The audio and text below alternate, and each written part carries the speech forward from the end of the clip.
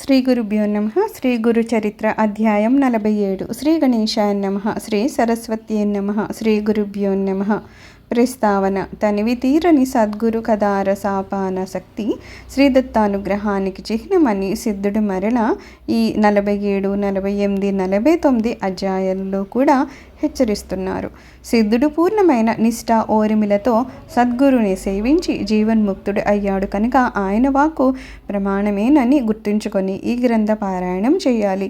ఒకే పరమాత్మ విశ్వమంతా అయి కూడా త్రిమూర్తుల రూపాలలో వారి లోకాల్లో ఉన్నాడని సిద్ధుడు చెప్తున్నారు. అంటే శ్రీదత్తావతార కార్యమైన బ్రహ్మ, శైవ, వైష్ణవ సామరస్యాన్ని సిద్ధుడు నొక్కి చెప్తున్నారు.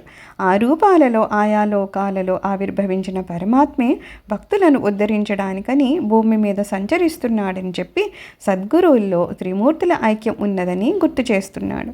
భగవంతుడు ప్రతి యుగంలోనూ అలా అవతరిస్తాడని చెప్పడం వలన ముందటి అధ్యాయాల్లో చెప్పినట్లు సద్గురు సేవకులను సమీపించవద్దని భగవంతుడు కలిపురుషునికి చెప్పినందువలన మనము అట్టి సద్గురుని సేవిస్తే ఈ కలిమలానికి వెరవనవసరం లేదని సిద్ధుడు హెచ్చరిస్తున్నాడు. శ్రీగురుడు ఒకే సమయంలో 8 గ్రామాలలోని భక్తుల ఇండ్లకు వెళ్ళారు.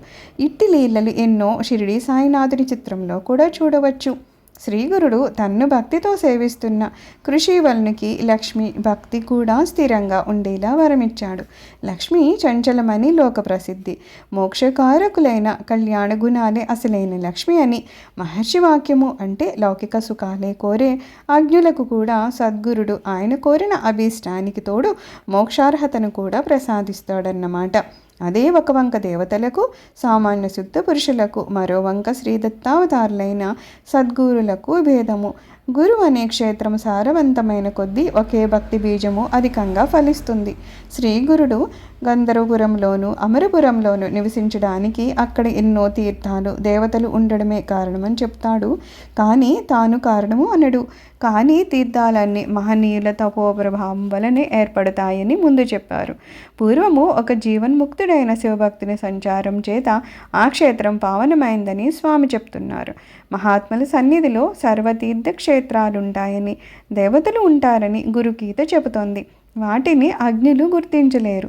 ఆ జీవన్ముక్తుడు విశ్వేశ్వరుని ప్రార్థించి ఆ తీర్థాలను వారికి చూపాడు.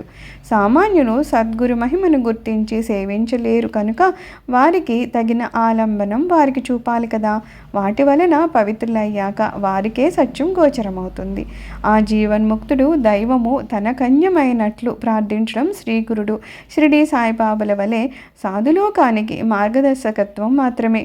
శ్రీగురుడు రత్నాదేవి జన్మాంతరంలో అనుభవించవలసిన దుష్కర్మ ఫలాన్ని పోగొట్టాడు. సద్గురువు కర్మను కూడా నశింపచేయగలరని, కానీ అందుకు భక్తులకెంతో భక్తి శ్రద్ధలుండాలని మనం తెలుసుకోవాలి. కథారంభము.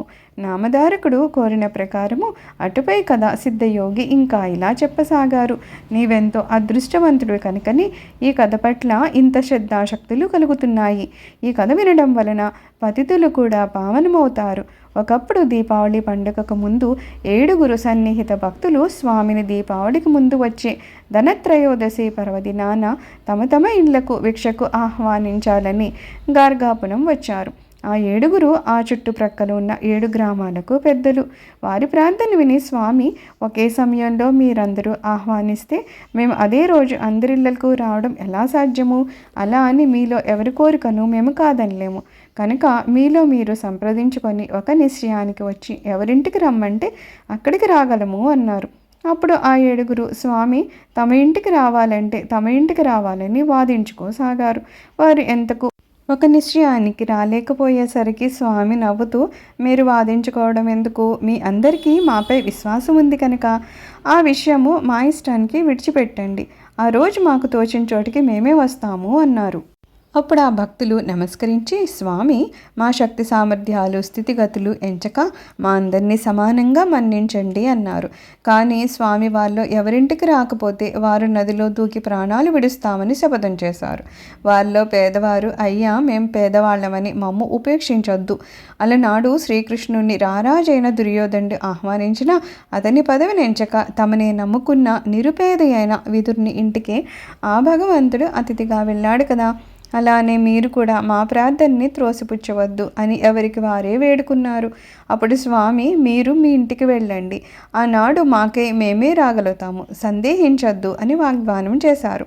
ఆయన ఎవరి ఆహ్వానాన్ని మన్నిస్తారోనన్న సందేహంతో ఆ 7 అలాగే నిలబడిపోయారు. అప్పుడు ఆయన ఒక్కొక్కరినే ప్రక్కకు పిలిచి, మేము మీ గ్రామానికే వస్తాంలే, కానీ ఈ మాట ఇంకెవరికి చెప్పవద్దు అని రహస్యంగా చెప్పారు. అప్పుడు వాళ్ళు ఎవరికి వారే స్వామి తన ఇంటికే రాగలరని తలచి ఇతరులకు ఏమీ చెప్పకుండా స్వామి వద్ద సెలవు తీసుకుని వెళ్ళిపోయారు. కానీ స్వామి ఆ పండుగ నాడు ఏ ఊరు వెళ్తారోనని అక్కడి వాళ్ళందరికీ తెలిసిపోయింది. గంధర్వపుర వాసులు వెంటనే వారి వద్దకు వచ్చి ఆ పర్వదినాన తమను విడిచి ఎక్కడికి వెళ్ళవద్దని బ్రతిమాలుకున్నారు. వారితో స్వామి, మేము ఆనాడు ఇక్కడనే ఉంటాము, ఎక్కడికి వెళ్ళము అని మాట ఇచ్చి అందరినీ ఊరడించారు. చివరకు ధనత్రయోదశి రానే వచ్చింది. ఆ రోజుకు ఆ 7 గ్రామాల పెద్దలు శ్రీగురుడు తప్పకుండా తమ ఇంటికే రాగలడని తలచి ఎవరికి వారు ఎంతో వైభవంగా ఏర్పాట్లు చేసుకున్నారు. ఆయా గ్రామస్తులు కూడా స్వామికి ఘన స్వాగతము, పూజలకు సిద్ధమయ్యారు. కానీ గంధర్వపురంలోని శ్రీగురుడు ఆ గ్రామాన్ని విడిచి ఎక్కడికి వెళ్ళక మఠంలోనే ఉండిపోయారు. ఆనాటి సాయంత్రం మంగళ స్నానం చేసే సమయంలో శ్రీగురుడు 7 రూపాలలో ఆ 7 గ్రామాలకు వెళ్ళారు. అయినప్పటికీ 8వ రూపంతో గంధర్వపురంలోని తమ్మటంలోనే ఉండి అక్కడి వారి పూజల్ని అందుకున్నారు. కొద్ది రోజులు ఆయన ఒక గ్రామానికి వెళ్ళిన సంగతి మరొక గ్రామానికి పొక్కకుండా ఉండిపోయింది. అయినప్పటికీ ఆ కార్తీక మాసంలో త్రిపురోత్సవానికి స్వామికి కార్తీక పూర్ణిమ దీపతోరణాలు సమర్పించుకోవడానికని అన్ని గ్రామాల నుండి భక్తులు గంధర్వ నగరం చేరుకున్నారు. వాళ్ళందరూ అంతకు 15 రోజుల ముందు తమ తమ గ్రామాల్లో జరిగిన ధనత్రయోదశి ఉత్సవం విశేషాలు చెప్పుకుంటూ ఉండగా ఒకరి మాటలు ఒకరికి నమ్మలేనివిగా తోచాయి. ఎవరికి వారు శ్రీగురుడు తమ ఇంటనే భిక్ష చేశారని చెప్పుకుంటూ ఒకరి మాటను ఒకరు ఖండించుకుంటూ ఉన్నారు. ఎవరికి వారే ఆనాడు స్వామికి తాము సమర్పించుకున్న సాలువలు, కానుకలు నిదర్శనంగా చూపించి తమ మాటలు నిజమని నిరూపించుకోగలమంటున్నారు. అదంతా వింటున్న గంధర్వపురవాసులు నవ్వి, మీ అందరికీ పిచ్చి పట్టిందా ఏంటి? దీపావళి నాడు స్వామి ఎక్కడికి వెళ్ళనే లేదు, స్వామిని మేమే కదా ఇక్కడ ప్రత్యక్షంగా పూజించుకున్నాము అని మందలించారు. అప్పుడు స్వామి, మీరు వాదులాడుకోవద్దు, మీలో ఎవ్వరూ అబద్ధం చెప్పలేదు, మేము అంతటా ఉన్నాం కదా అన్నారు. స్వామి ఆనాడు అన్ని రూపాలను ధరించి అందరు పూజలు అందుకున్నారన్న రహస్యం బయటపడింది. అందరూ ఆశ్చర్యచకితులయ్యి అటువంటి లీల తామెన్నడూ కని విని ఎరుగమని చెప్పి స్వామిని స్తుతించుకున్నారు. ఎంతటి కవులకు వర్ణించ సాధ్యం కానీ ఆ లీల త్రిమూర్తి రూపమైన అవతార పురుషునికి మాత్రమే సాధ్యమని కీర్తించుకున్నారు. కనుక నామధారక, శ్రీగురు స్మరణకు మించిన జ్ఞానం ఏమున్నది? శ్రీగురుడే త్రిమూర్తి స్వరూపము, ఆయనకు మించిన దైవమే లేడు. ఈ సంసార సాగరాన్ని దాటడానికి శ్రీగురు పాదసేవకు మించిన నావయే లేదు. గురుకథామృతాన్ని మించిన అమృతమే లేదయ్యా అన్నారు సిద్ధయోగి. శ్రీ దత్తాయ గురువే నమః. శ్రీ శ్రీపాద శ్రీవల్లభాయ నమః. శ్రీ నృసింహ సరస్వత్యై నమః. సర్వం శ్రీ గురుచరణారవిందార్పణమస్తు. లోకా సమస్తా సుఖినో భవంతు. ఓం శాంతి శాంతి శాంతి.